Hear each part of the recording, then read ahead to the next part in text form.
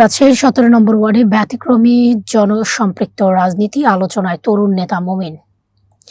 রাজশাহী মহানগরী ১৭ নম্বর ওয়ার্ডে ভিন্নধর্মী রাজনৈতিক কার্যক্রম ও জনসম্পৃক্ত উদ্যোগের মাধ্যমে আলোচনায় এসেছে তরুণ নেতা মোহাম্মদ মমিনুল ইসলাম মোমিন। বর্তমানে তিনি শাহ মখদুম থানা স্বেচ্ছাসেবক দলের সদস্য সচিব হিসেবে দায়িত্ব পালন করছেন।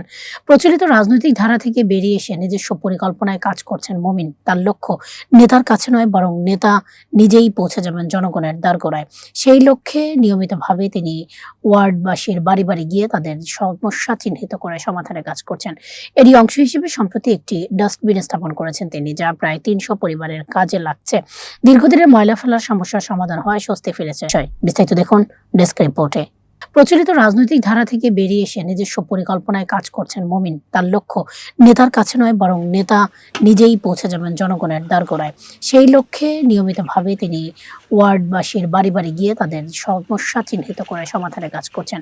এরই অংশ হিসেবে সম্প্রতি একটি ডাস্টবিন স্থাপন করেছেন তিনি, যা প্রায় ৩০০ পরিবারের কাজে লাগছে।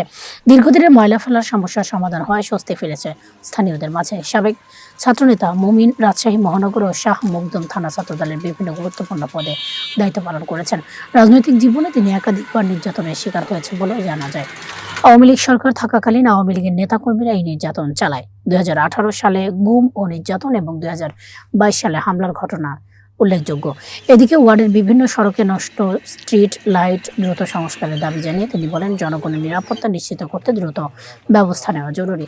সব মিলিয়ে জনগণের পাশে থেকে সরাসরি কাজ করার এই উদ্যোগ এলাকায় ইতিবাচক সাড়া ফেলেছে। ভিন্নধর্মী রাজনৈতিক কার্যক্রম ভবিষ্যতে কতটা প্রভাব ফেলে সেটাই এখন দেখার বিষয়। আসলে আমি ৫ তারিখের পর একটা হাতে উদ্যোগ নিয়েছি। ১৭ নম্বর ওয়ার্ডের প্রত্যেকটা বাসায় যাব, তাদের মূল সমস্যাগুলো কী মানে সেগুলো জানবো।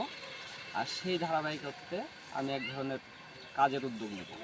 তো সেই চিন্তাভাবনাতে আমি যখন এই অঞ্চলে আসি, এই অঞ্চলের নাম হচ্ছে ফুলতলার মোড়। তো এই অঞ্চলের এখানে মোটামুটি ৩০০ পরিবার আছে এই ডাস্টবিনের ২ পার মিলে।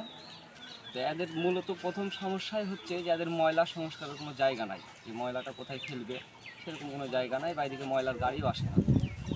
ময়লার গাড়ি যেন আসে সেই জন্য আমি সিটি কর্পোরেশনে আমাদের যেই সচিব আছে আমাদের ওয়ার্ডের, তাকে জানি। সে বলে যে ওখানে কোনো ডাস্টবিন নাই বা এরকম কোনো ময়লা ফেলার ব্যবস্থা নাই, এই জন্য ওদিকে গাড়ি যায় না। তো সেই সাথে মানে আমি আমার এলাকার উন্নয়নের স্বার্থে যেন ময়লাটা এক জায়গায় ফেলে, আশেপাশে যেন দুর্গন্ধ না ছড়ায়, সেই জায়গাতে এই এলাকাবাসী যেন সুন্দর একটা পরিবেশ তৈরি করে, তাদের নিজস্ব চাওয়া ছিল যে আমাদেরকে এখানে একটা ডাস্টবিন নির্মাণ করে দেয়।